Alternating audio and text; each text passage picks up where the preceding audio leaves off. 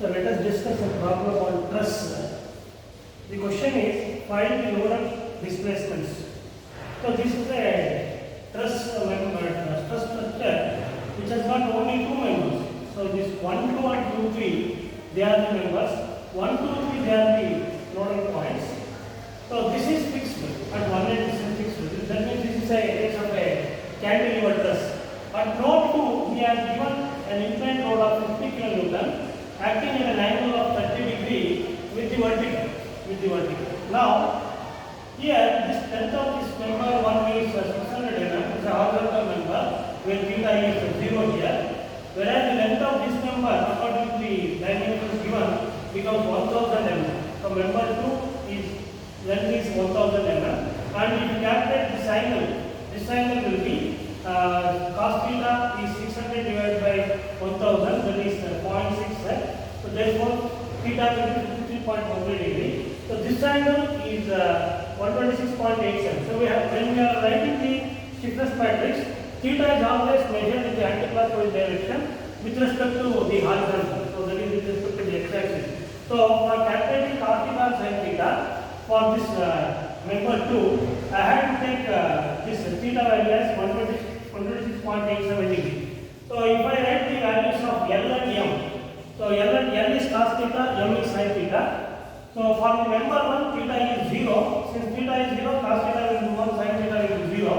For member 2, theta will be 126.87 degree. So therefore cos theta is negative, minus 0.6, and sin theta is sin 126.87 degree is positive, that is 0.8. So these are the values. Now in this problem, the modulus of velocity is given as 70 GPa or 70 into 10 power 3 MPa. Area of the members, so both are as elements. Area of both the elements is 200 mm square. Now the question is, we have to find out the nodal displacements in this truss. So here only two elements are there, 1 and 2. And first what we have to do is, we have to write the element stiffness matrix in the global coordinates for both the members. So we are using the global coordinate system here because this member is inclined. So whenever inclined members come into picture, we have to use the global coordinate system, and we have derived the stiffness matrix for a truss element in that is global stiffness matrix for a truss element as AE by LE, L square Lm by M square, like this. This I have done in the last video class. You can just go through that. So this you have to remember, and I have told how to remember this also. So this matrix is symmetrical, and that matrix is divided into 4 submatrices. So like this, L square Lm M square. So this and this they are same. You can observe here, and this and this will be same with all negative signs. So we have to use this stiffness matrix to get the stiffness matrix of element 1, Ke1. So substitute the value of A as 200 mm square and E value is 70 into 10 power 3 MPa or Newton per mm square. So please note that all the values should be Newton and millimeters. So divided by length of the number is 600 mm. Into you have to take the L square is 1 square, Lm is 0, L into M is 0, 1 into 0 is 0. Like that, if you fill the stiffness matrix, so this is the stiffness matrix for this element 1. So if you simplify that, you get 2.6 into 10 power 4 into this much. So here what I have written here is, so all these this is a 4 cross 4 stiffness matrix because I have taken 4 nodal displacements here. Q1, Q2 they are nodal displacements at node 1 horizontal vertical, Q3, Q4 node 2, Q5, Q6 at node 6. So initially we will write this 4 cross 4 stiffness matrix. So I will write here this first column and first row corresponds to Q1, second column, second row corresponds to Q2, third row, third column corresponds to Q3, fourth row, fourth column corresponds to Q4. So that's what I have written here. This same procedure which I have adopted in the last problem, a stepped bar problem in the last video. Same thing we have written here. Only difference is there you have only 2 nodal displacements. Here you have 4 nodal displacements for that particular element. On similar lines, you write this element stiffness matrix for the element number 2. So in this case, A is same 200, E is also same 70 10 power 3 divided by LE is different. Length of this member is 1000. So 1000 I have taken, and L square for the second element is, so L square is 0.6 minus 0.6 square, which is 0.36, and L into M is minus 0.6 into 0.8, that is minus 0.4. And like that, you fill the stiffness matrix elements for the second element. Now, after simplification, you get 1.4 to 10 power 4 into this thing. In this case, since we are considering 2, 3 as the nodes for the element 2, so we have to take the 4 nodal coordinates here. So, for node 2, it is Q3, Q4. For node 3, it is Q5, Q6. So, here, first column corresponds to Q3, second column corresponds to Q4, third column corresponds to Q5, fourth column corresponds to Q6. See the difference here. So, here Q1, Q2, Q3, Q4 for the first element. So, these 4. For the second element, these 4. Q3, Q4, Q5, Q6, like this.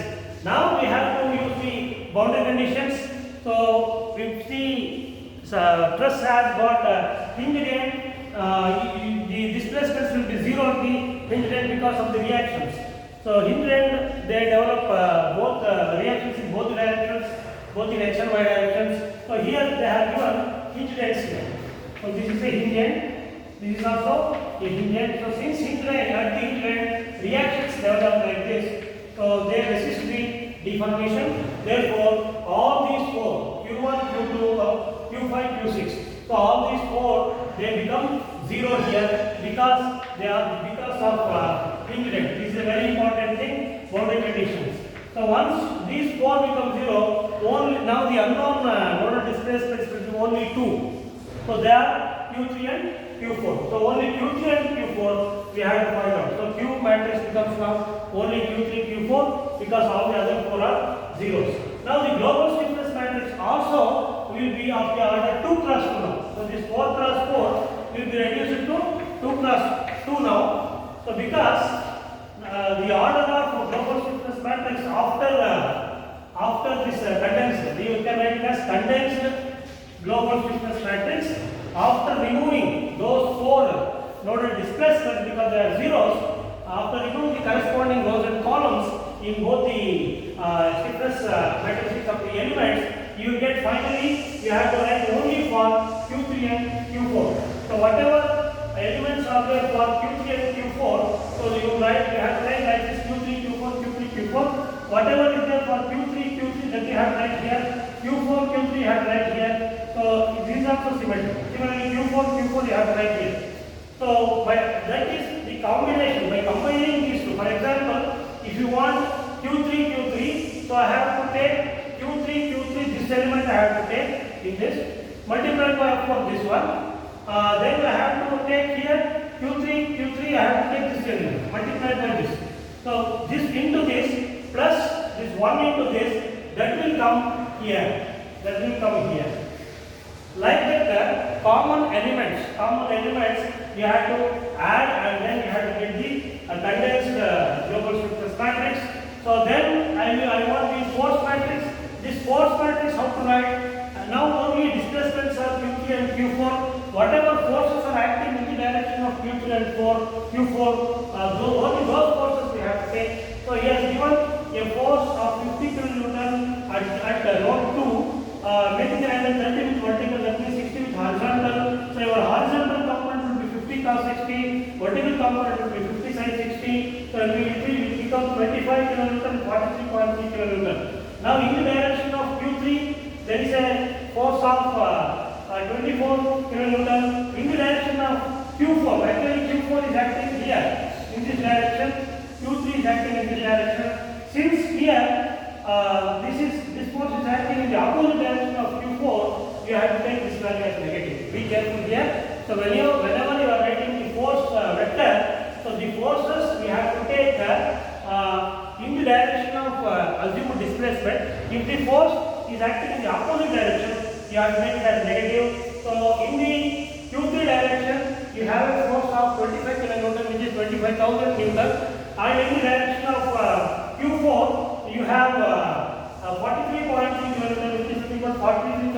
get Newton, but negative because Q4 I have observed like this, but this force is acting like this. So that is why it is minus.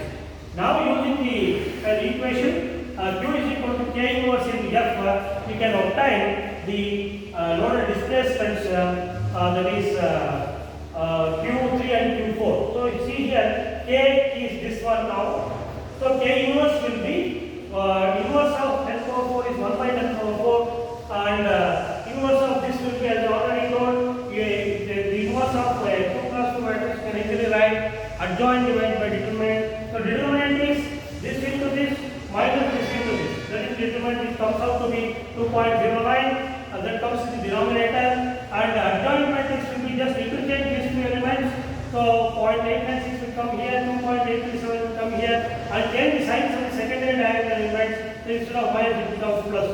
Then multiply this matrix by this matrix and divide it by 10 power 4. You are going to get the values of Q3 and Q4. Here you have got Q3 as minus 0.32 millimeter and Q4 as minus 5.07 millimeter. The meaning of this is, since both are negative, so your Q3 will be in the opposite direction, like we have moved in this direction.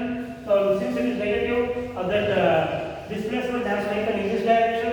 That means some compression has taken place, and here this value, since it is negative, it is downward. So Q4 is downward, Q3 is towards left. So this is how we can find out the nodal displacements. Later on, they will ask you to find the stresses also in the members. So that also can be found out using the respective formula which we have used earlier. So if you want, if they ask you to find the stresses in the elements, that also can be found out. Just I give the equation to find the stresses. So stress in member 1. So stresses. So element 1. If they ask you to find the stresses in element 1, so sigma is equal to E into epsilon. That is E into epsilon is B into Q. So this already we have used this.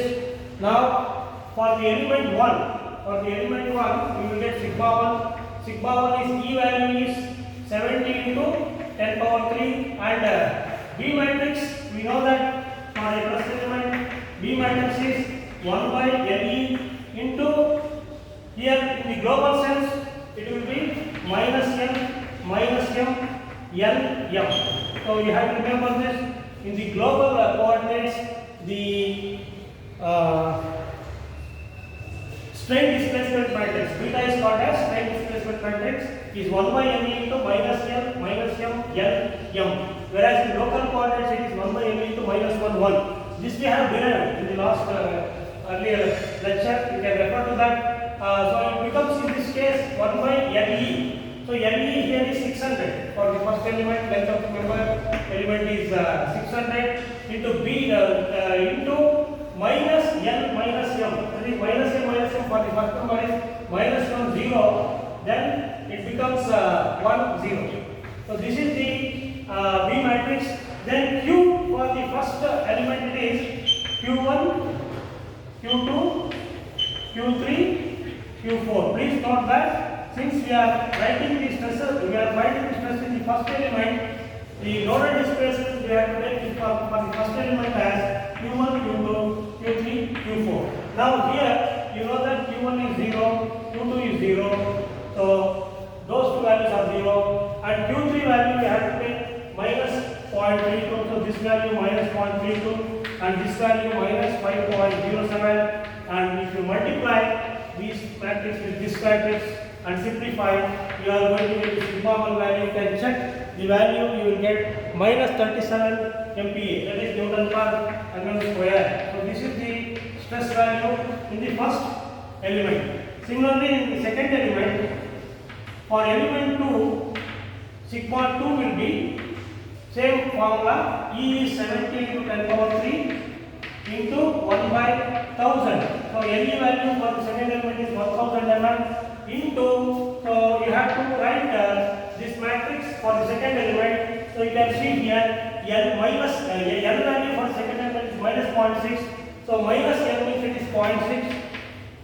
So minus m is minus 0.8, then minus 0.6 plus 0.8 into and for this for the second element the Q matrix will be, so second element connects 2 and 3, nodes 2 and 3, so 4 Q3 Q4 Q5 Q6, that we have to take.